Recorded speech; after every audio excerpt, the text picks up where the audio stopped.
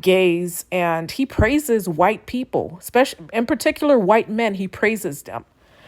So, according to my research, and also he was raised in Corner Hill by his grandparents, who worked in a corner family plantation.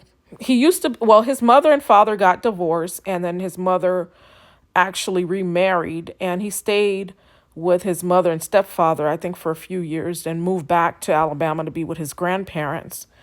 But yeah, that's when they lived in Indiana.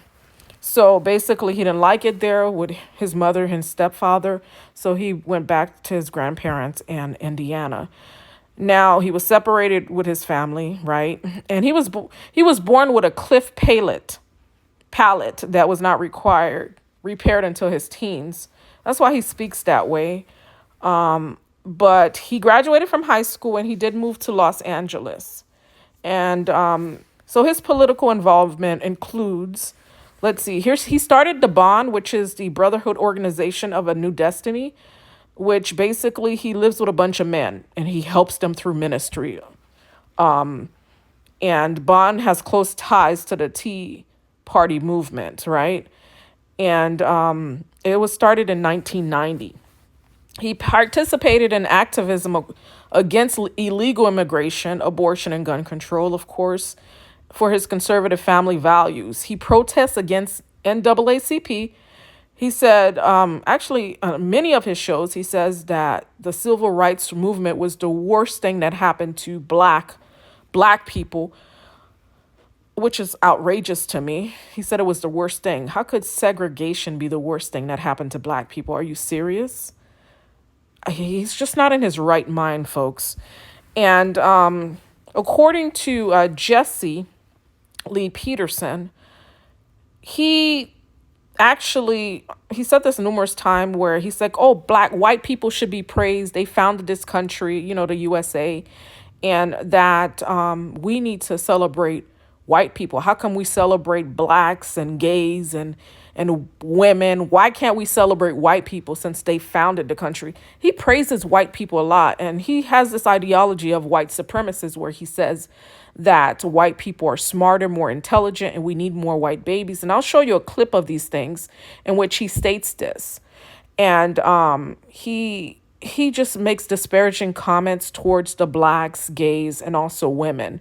He says women, basically that, his views about women is just ridiculous to me. And I think it was primarily because of his mother. I didn't think he had a great relationship with his mother. He said that numerous times. I don't think he forgave his mother for splitting with his father.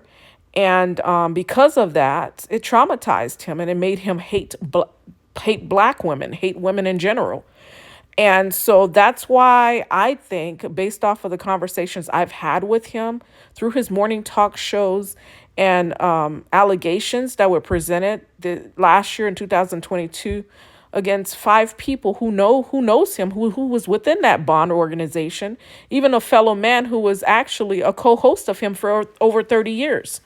So that he is a homosexual and he does it in secret but I believe that because of everything, because of his belief system when it comes to women and everything. And I think he has a hatred of women because of his relationship with his mother. He hasn't mended that. Of course, his mother's not alive, and he has some grudge against women because of his mother and also his baby mother. He does have one child, and that one child, of course, is probably in their 50s or 60s. That child doesn't speak to him at all. He doesn't have a relationship with his son. And he blames it on the son's mother because the son's mother took him away. I guess, well, he said with his own mouth that he had the child out of wedlock. So back in those days, it was very embarrassing to do so and whatever. So since he didn't want to marry his child's mother, her family made her marry someone else. I don't think a family can do that. Maybe so, I don't know. But she ended up marrying someone else. And then so he moved to California. So he didn't have any close relationship with his son because he was all the way in California. So of course, and somebody else was raising the son. So of course he has issues with that. And that's why he hates women so much, you know. He dislikes women because of his experience. Usually sometimes your experience shapes your belief. In this case, it shapes Jesse Lee's belief. Now, and it traumatized him in a sense because of course his son didn't want to talk to him because his belief system about women, you know, he feels that it's the mother's fault that the son, he doesn't have a great relationship with his son. So because of that, he decided he's not going to have any kids anymore. And Jesse Lee hasn't been in a relationship with a woman over 30 years. That's a huge grudge, you know, a grudge to have. And he even said he had issues with his mother. And then he went to God, and God sent him back to his earthly father to repair that relationship. But he said it was his mother's fault telling him all of these lies to pit him against his father. So, of course, he has a little grudge and, you know, a little hate regarding women as a result because he missed a lot of years in his life without his father. So I think there's a little resentment there, if you ask me. So I don't think Jesse Lee Peterson ever forgiven his mother, forgiven his mother for that reason alone.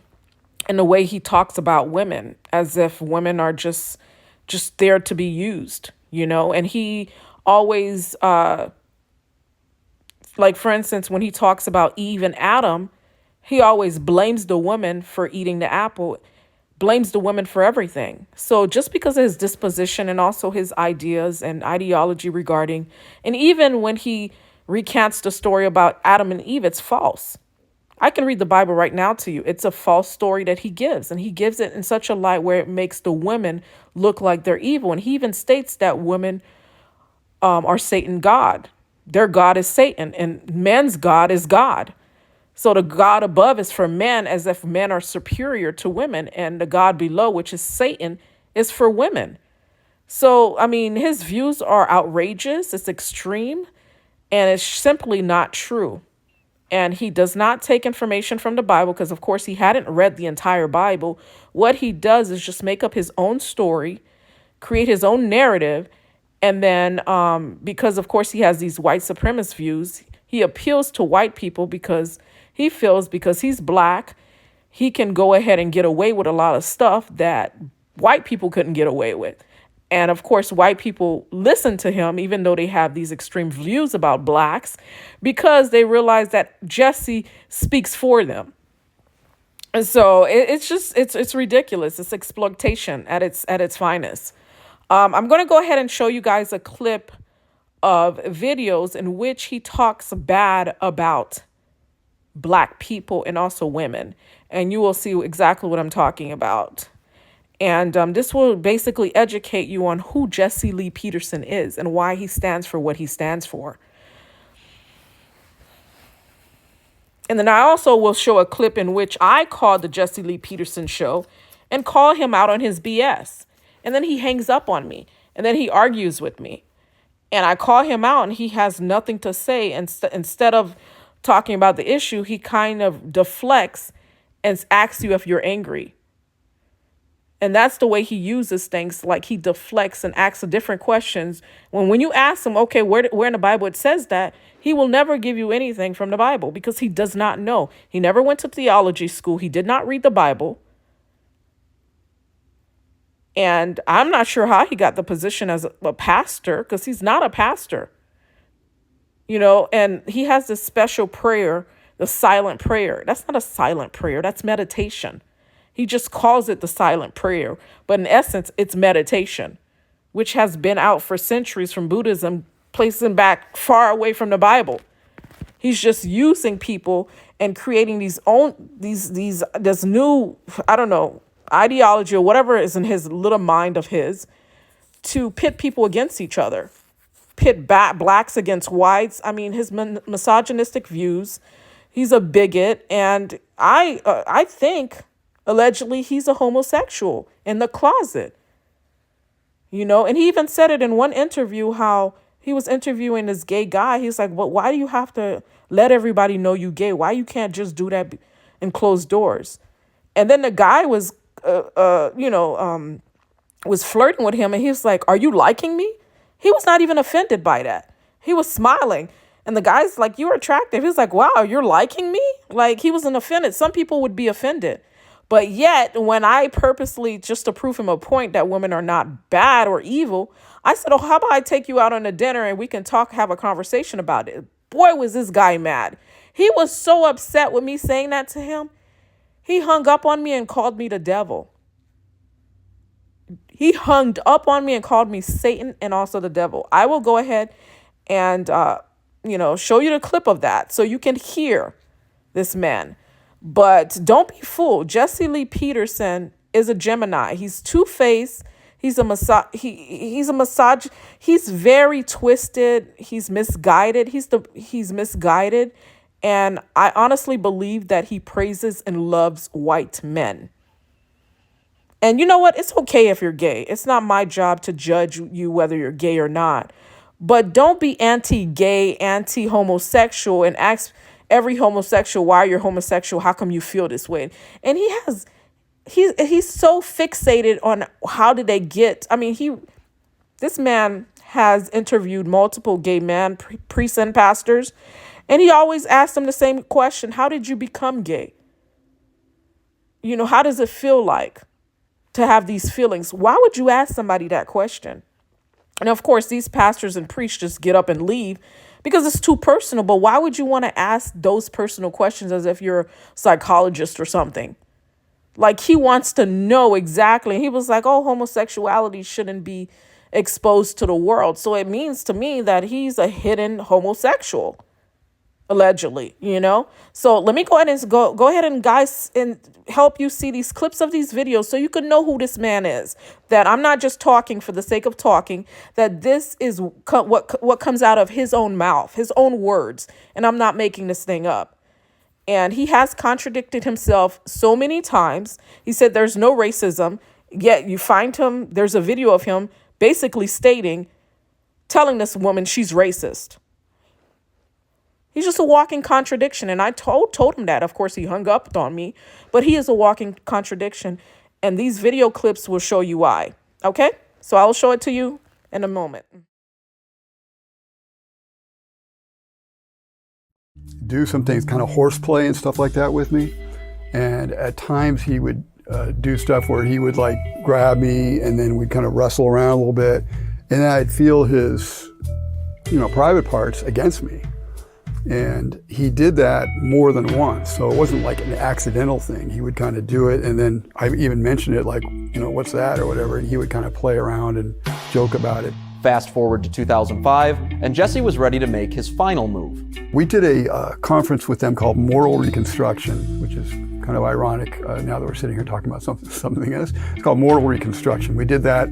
That first conference was, I believe, in 2005. And we did a follow-up conference in 2006 with them as well. And I went with Jesse to Washington, D.C. For this conference. I was a fundraiser at the time. And so we did fundraising, and I was part of the conference. While we were at the conference, we stayed in Virginia, near D.C. So we were sitting on the bed together, and all of a sudden he turned to me and just looked at me, and he said, "What do you want to do? What do you want to do?" And he said it in a tone that was really insistent. And I'd never seen this tone from him before. It was like kind of scary. It kind of scared me. Like what? What do you want to do? I knew what he meant, and then I told him, "Okay." And at first I'm scared, and I'm like, "Okay, well, I'm playing along here." It kind of threw me off my game, I guess, in a way. I think later I realized that's kind of something that people do sometimes. It's like the devil works in a certain way by intimidating you, and it throws you off your normal game. And so he said, "What do you want to do?" And he was like, "Okay, I'm scared." And then I told him what I want to do. I mentioned sex acts, that he knew about, that I had already talked to him about, that I was interested in. And next thing you know, he's ripping his clothes off and coming at me, basically.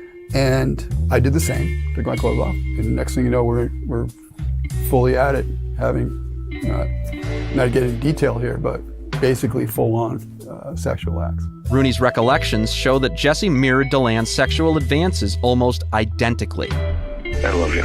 Love you too." "I know. What are we gonna do?" "I don't know. No, what are we going to do, really? Rooney's description shows that after their sexual encounter, Jesse began intertwining his private homosexualism with blasphemy. After we had just done this first sexual act, and then ever since then, he told me that once we did this, I was born again. This sounds crazy, but this is the absolute truth. He said that I was born again. He would remind me of that through the years. Following being born again, Rooney contends that his sodomitic relationship with Peterson went on for roughly 10 years, until Rooney decided to come clean to his wife and son. My son was really angry. My son was mostly angry at me because he had Jesse on such a pedestal. My son had Jesse on such a pedestal, he literally thought Jesse could walk on water. We got on a phone call, we talked to Jesse, and as soon as we brought it up with my son on the phone call, Jesse denied it. And I said, Jesse, you're a liar. You're lying. You know you're lying. And he finally came out and admitted to my son that he did that. Rooney later moved to Florida to get away from Jesse. But according to Rooney, Jesse couldn't handle the relationship ending, offering him several bribes to get him back to LA. It's typical for homo predators to try and cover their... I've called before. We had several conversations, Mr. Peterson. So I wanted to ask you, why do you think women don't have love? Because because of Satan being their God. They only have anger, and they live deeply in their imagination. And that's from inception, like every woman from the time they're born, yes. Or over time. It really is passed down to them from their mothers. So when because they're born, they become right. They're not born with it unless the mother was angry during pregnancy or something like that. She hated the man, or she was emotional and stuff like that. Okay, so it only comes from angry mothers, not all women, just the angry mothers. But all women are angry. All mothers are angry. Oh, okay, so all mothers are angry, and why are they angry? Because of the nature of Eve that made a home in them. When Eve listened to the serpent, he became her God, and that nature is passed down from Eve through the women. But when the ladies forgive their mothers and return to their earthly fathers, that nature will be taken away from them. So you're saying it's like a karmic consequence from the mother, like karma. Well, it's a spirit that been passed on to the kids when they become angry. Because the anger of a man is that of their mothers. It's not normal for men to be angry. Are you a Christian, Natasha? I believe in God. I believe in Jesus Christ. And I was just asking these questions to understand where you get these principles from. Okay, so the Bible... So are you a Christian? I said yes. I believe in God and I believe in Jesus Christ. Yes, sir. So, and then I'm going to let you ask whatever you want to ask me about that. Sure. Go ahead. And why are you talking about karma? What is karma? Like a consequence, like, for instance, you do something to me, I do something back, just like sin. I call it karma sin. You know, like you do something to somebody. Like, for instance, the mother, like you said, is angry, and that anger came from Eve. It's the consequence of what Eve did. It passes down from one person to the next. That's what I consider. So you mean like you reap what you sow? Exactly. Oh, okay. All right. Go ahead. Yeah. So, would you consider men weak since the man listened to Eve, and then that is their karma, or that's what they're... Because obviously... Well, every time the man listened to the woman, include his mother, he suffers because women don't have logic to give, so they're not going to give you answers that set you free. They'll give you things that cause you to go deeper into hell. Well, that's not true, because I gave a guy an advice. He didn't take my advice. He ended up drowning in debt. And guess what? He went back and he listened to me. And guess what? He was able to obtain his business back. And he's better off now. And he thanked me for it. But, so sometimes but I'm not talking about physical. I'm talking about spiritual. Spiritual? Okay. I mean, it depends. There's a lot of wise women in the Bible, right? No. And even Jesus, his birth mother, you know, she was strong, right? No. Why did God put women on the earth? Why do you Why are we say here? his birth mother was strong? No, well, I mean, Jesus was brought into earth by a strong woman. No, You don't he think was so? brought into earth by God. Okay, but who held the baby in her womb? God. It was Jesus. I mean, it was Mary, right? It was God. Isn't it? Okay. He we're put gonna it say there. that. He held it there. But he he still put delivered it there. it. I'm sorry? Oh, it was still in her womb, isn't it? But that doesn't make her strong just because the bread was in the oven. What the? Well, it says it in the Bible that she was strong. But and also, there's why a do lot you, of powerful Why do you say strong? because that's what it says in the Bible. It said Mary was strong. Yes, it says that in the Bible. I'll give you the verse. Give me And the also, verse where it it says says God Mary. Give me the verse where it says Mary was strong. God made women in his image for a special reason. So do you think men should be with men instead of women? Women are not made in God's image. Women are made in man's image. The man came from God, and the woman.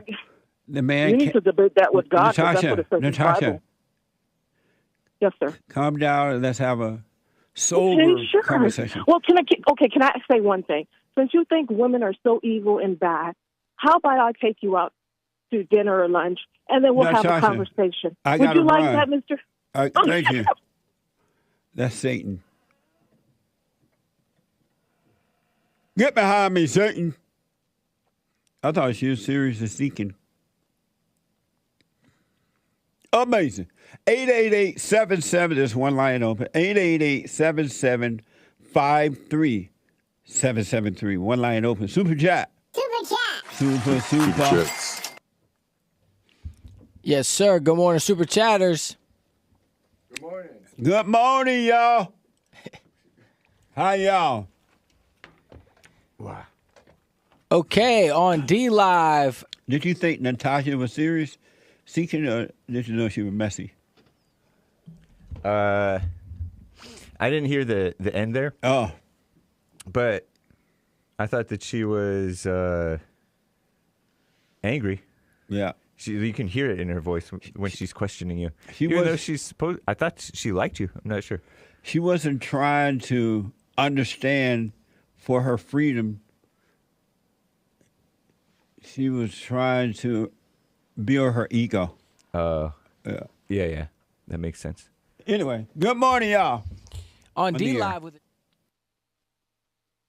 Natasha. Hello. Hi. How are you doing? All is well, Natasha. I've called before. We had several conversations, Mr. Peterson. So I wanted to ask you, why do you think women don't have love? Because because of Satan being their God, they only have anger, and they live deeply in their imagination. And that's from inception, like every woman from the time they're born, yes. or over time. It really is passed down to them from their mothers.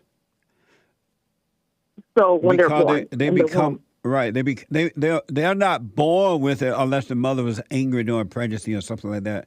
She hated the man, or she was emotional and stuff like that. Okay, so it only comes from angry mothers. Not all women, just the angry mothers. But all women are angry. All mothers are angry. Oh, okay, so all mothers are angry, and why are they angry? Because of the nature of Eve that made a home in them. When Eve listened to the serpent, he became her God, and that nature is passed down from Eve through the women. But when the ladies forgive their mothers and return to their earthly fathers, that nature will be taken away from them. So you're saying it's like a karmic consequence from the mother, like karma. Well, it's a spirit that been passed on to the kids when they become angry. Because the anger of a man is that of their mothers. It's not normal for men to be angry. Are you a Christian, Natasha? I believe in God. I believe in Jesus Christ. And I was just asking these questions to understand where you get these principles from. Okay, so the Bible... So are you a Christian? I said yes. I believe in God and I believe in Jesus Christ. Yes, sir. So And then I'm going to let you ask whatever you want to ask me about that. Sure. Go ahead. And why are you talking about karma? What is karma? Like a consequence, like, for instance, you do something to me, I do something back. Just like sin. I call it karma sin. You know, like, you do something to somebody. Like, for instance, the mother, like you said, is angry, and that anger came from Eve. It's a consequence of what Eve did. It passes down from one person to the next.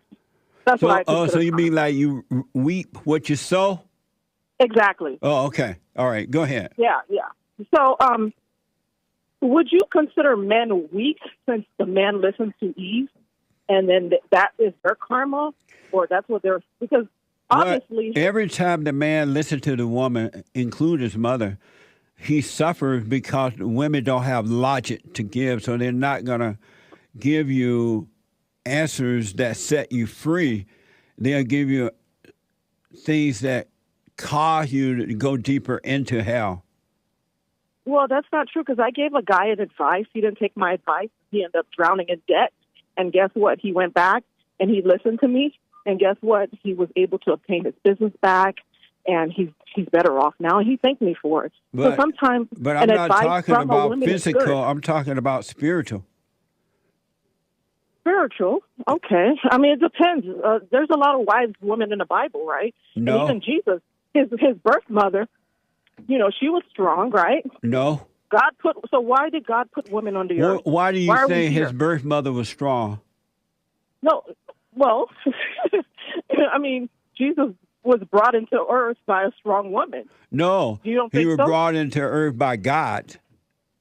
Okay, but who held the baby in her womb? God. It was Jesus. I mean, it was Mary, right? It was God. Okay. He put it there. He held it there. But he delivered it there.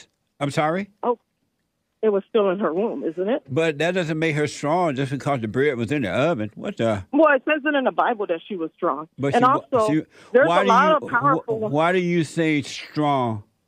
Because that's what it says in the Bible. It said Mary was strong? Yes, it says that in the Bible. I'll give you the verse. Give me the verse where it says Mary... Give me the verse where it says Mary was strong. God made woman in his image for a special reason. So do you think men should be with men instead of women? Women are not made in God's image. Women are made in man's image. The man came from God, and the woman... the man. You need to debate that with God. That's what it says in the Bible. Yes, sir. Calm down and let's have a sober conversation. Well, can I say one thing? Since you think women are so evil and bad, how about I take you out to dinner or lunch, and then we'll have a conversation? Would you like that, Mr.? Thank you. That's Satan. Get behind me, Satan. Yeah, absolutely. I love folks. And so you're homosexual? Yeah. Well, I like everyone, men, women. How did you become that way?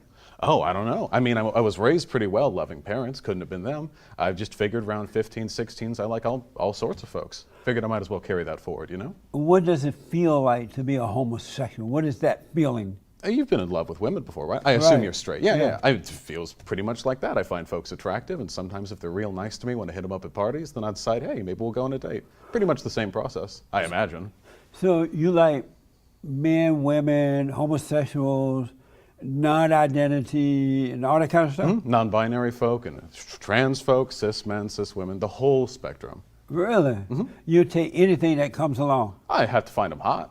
But yeah, there are lots of hot folks all over the place. I think, by the way, you look wonderful today. So I think are you liking me right now? Oh, no, not like that. I just think that you're fantastic. You're aged wonderfully. You have a flawless beard going on. You're well haircut. I think that you're a phenomenal example. If you were into men, you'd have your pick of the cut, let me tell you. I appreciate that. Do your parents know you are like this? Oh, yeah. They're super nice. Your father's okay with it, too? Oh, yeah. No, my father's been wonderfully supportive. Strong, though. Strong, disciplined kind of dad, you know? And he's aware that you're into all this? Yeah. Amazing. What do you think about... Started being in recovery from alcoholism. About 5 years into recovery, I got the call. I thought I wanted to be a priest. Amazing. And so you've never been married? Well, you can marry in my church. Oh, you can? Sure. Oh, okay. Yeah. In fact, my church is gay-friendly. I can marry a man. You can marry a man? In my church. Have you ever done it? I've officiated at the marriage. But you never married one? No, I've never been married. Oh, okay.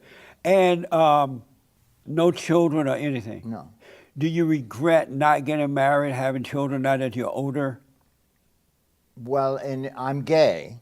You're gay? Yes. You don't look gay. We come in all shapes and sizes, brother. So you're gay? I'm gay. I didn't know you were gay. Yes, well, I just told you. How did you become gay? One doesn't become gay. One is born that way. Does God know you're gay? I believe so. Did he make you that way? That's my opinion. You think that God made you gay? I have no, I don't know I'm not going to be presumed to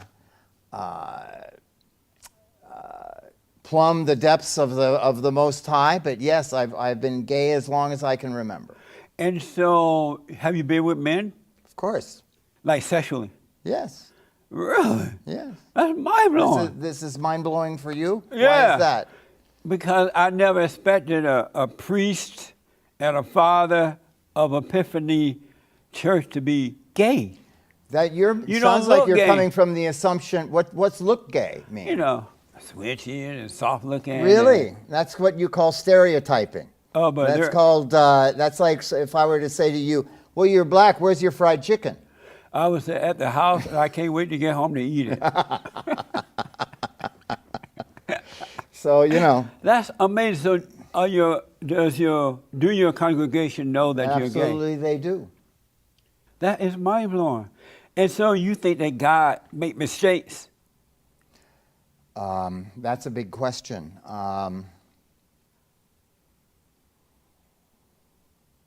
You're talking about everything that is involved at not only at the bottom of this universe, but whatever other inner universes exist.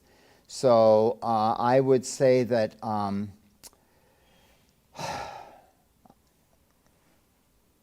I don't think actually that force that we call God makes mistakes. No.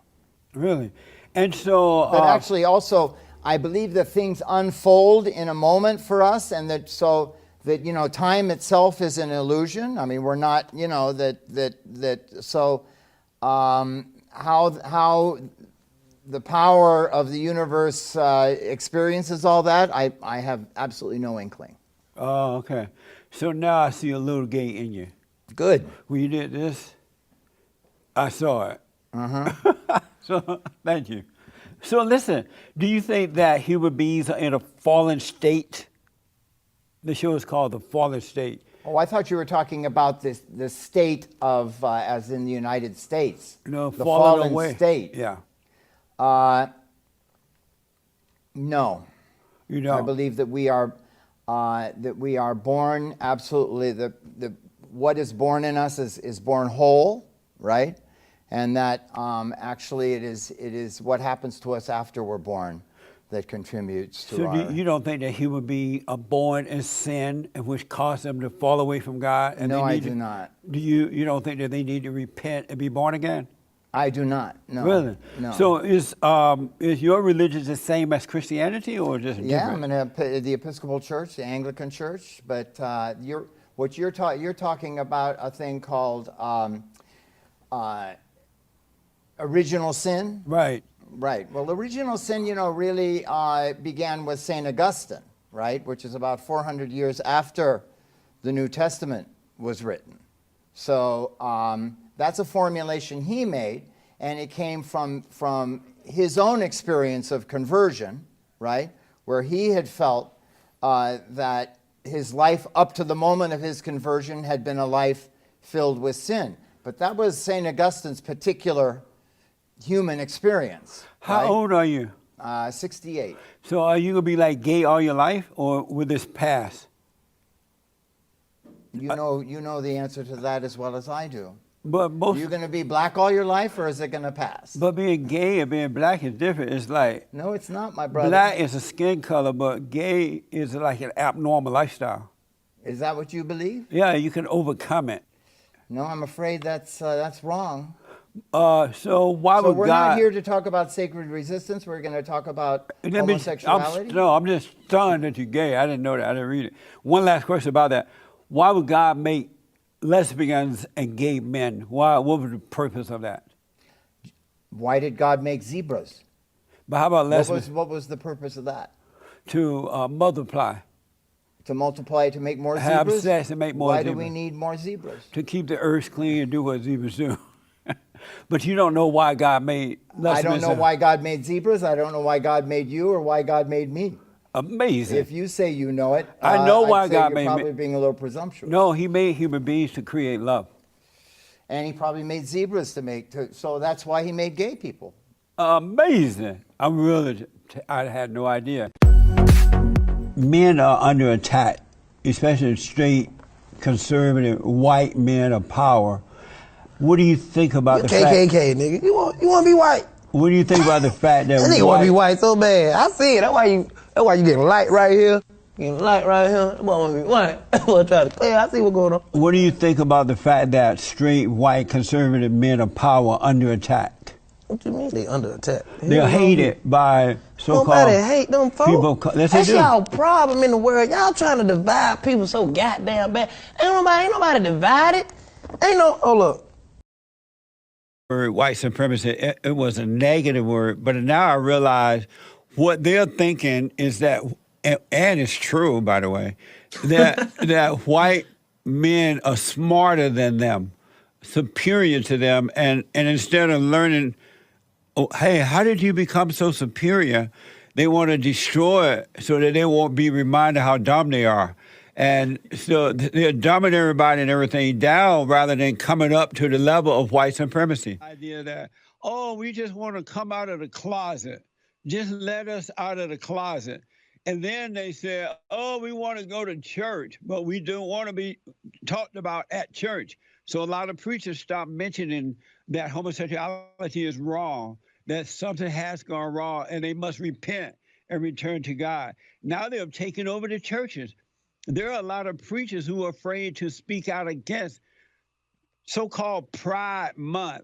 You know, I started the White History Month in July. This is our 4th year coming up when we are celebrating white history. And what I've noticed that in America, a country that was founded by white people and created by white people, one of the greatest countries on this side of heaven. And so white people invited all these other allowed all this other stuff to happen, but you could celebrate everything but white history. We must remember white history because if it wasn't for that, there would be no America. And so they got Black history, women history, Mexican history, so-called gay pride. What's pride? What's happy about being perverted? There's nothing good about that, living in sin, right? But we celebrate, but they celebrate that. But when it comes to white history, they're afraid to even mention white history, but we got to bring that back. Created to lead or to follow?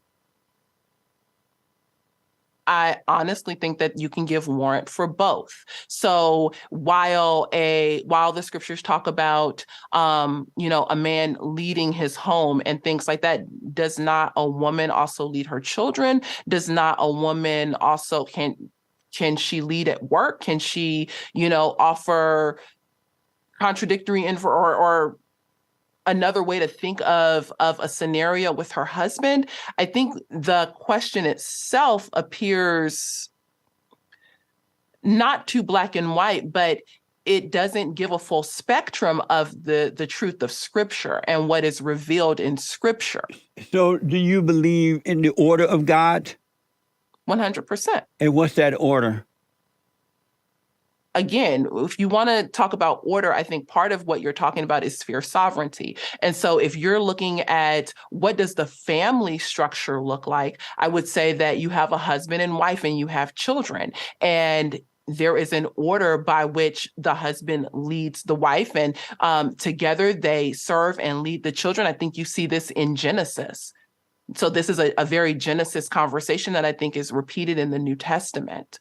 But so if you look at can a woman lead at work and where in other roles can a woman serve or, be in a position of leadership, that's going to, be dictated by the role that she's in. Let me ask. And where she's at.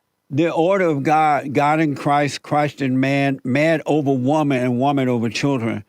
Do you believe in that order given to us by God?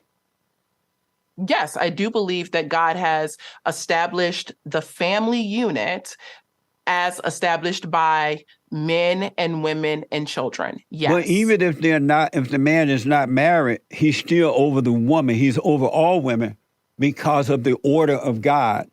In a marriage situation, it's personal, husband and wife. But men are over all women because that is the order of God. Do you agree with that? You know what? I can't say that I do agree with that. I probably need to study the scriptures on that a little bit more. I think that just leads to other questions for me. Because as a single woman, does that mean any random man is now over me? Yes. Like I would need to, have specific word of God Bible study in context to be able to affirm that. When Christ walked the earth, was he over the whole earth? Christ is God. Was he over the whole? Was he over the whole earth? That's a very different realm or dominion or sphere of influence. I asked the question first. Was he over the whole earth? Mr. Peterson, can you maybe help me understand where this line of questioning is leading? Well, we're just conversating now about the whole thing, the spiritual thing, and what's going on in our country, because I've noticed that Christians, they tend to not really tell, they don't put the truth out there so that those who are lost can find their way. And I've noticed that as a result of men not guiding the women in the right way to go, the women are going out of control. When we all know that women were not created to lead, that they were created to follow. And when they're not guided in the homes by their fathers, or in their homes by their husbands if they're married, or in the schools by male principals and teachers, that the women go out of control. Have you noticed that? Because they don't have that leadership of the man over them, whether it's a husband or not. Have you noticed that? So But first, have you noticed that? Then you can come. Have you noticed that when women take over, everything go to hell in a handbasket? No, I don't. I don't think that is 100% a 100% universal capital T truth. Why not? Why not?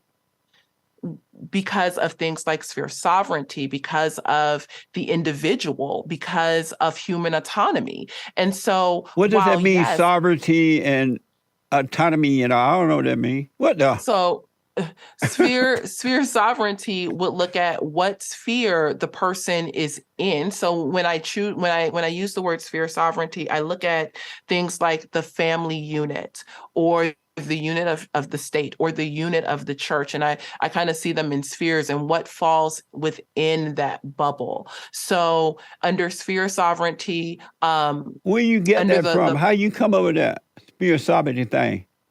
Well, gosh, it's a term that I've heard. I'm in seminary. It's a term I know I heard in class. Don't listen to the teachers. They're wrong. Let no man teach you. I don't know that is always the No, it's the case always true. Don't let no human. You're going down the wrong path. But let me ask. No. Hold on, because you've now entered a personal note about me personally. I'm hesitant to say that it is just Blacks.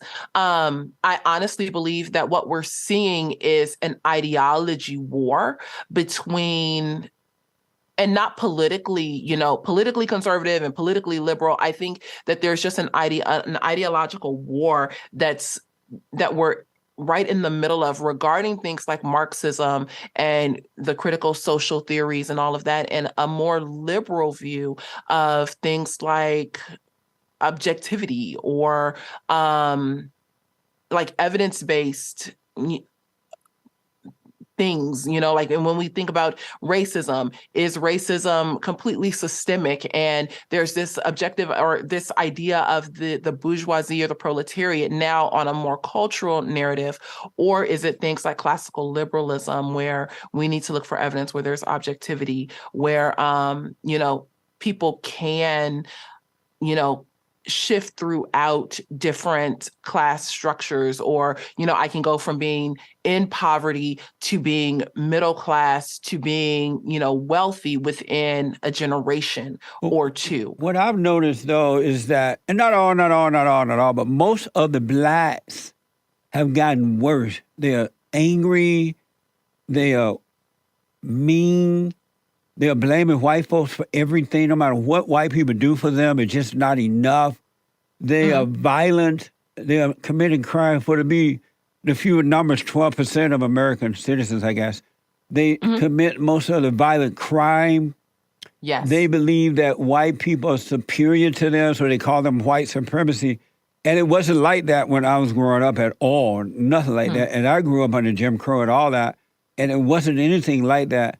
But the blacks have gotten worse, and nobody likes them now, and no one want to be around them because they're afraid of them. What's wrong with them? Why are they getting? Because we have done everything we could do for them, right? Back during the so-called civil rights movement, they wanted to eat in the white cafes, and the white people said, "Okay, come on in." And then they want to live in the neighborhoods. Then they wanted to go to the schools. Then they wanted to live in the communities of the white people. And then they wanted to marry the white woman. The white people would give them everything. Then they wanted the white woman. And so white people giving them everything, but they have gotten worse instead of getting better. How can the blacks be helped to overcome this fallen state? Was blind, but now I see.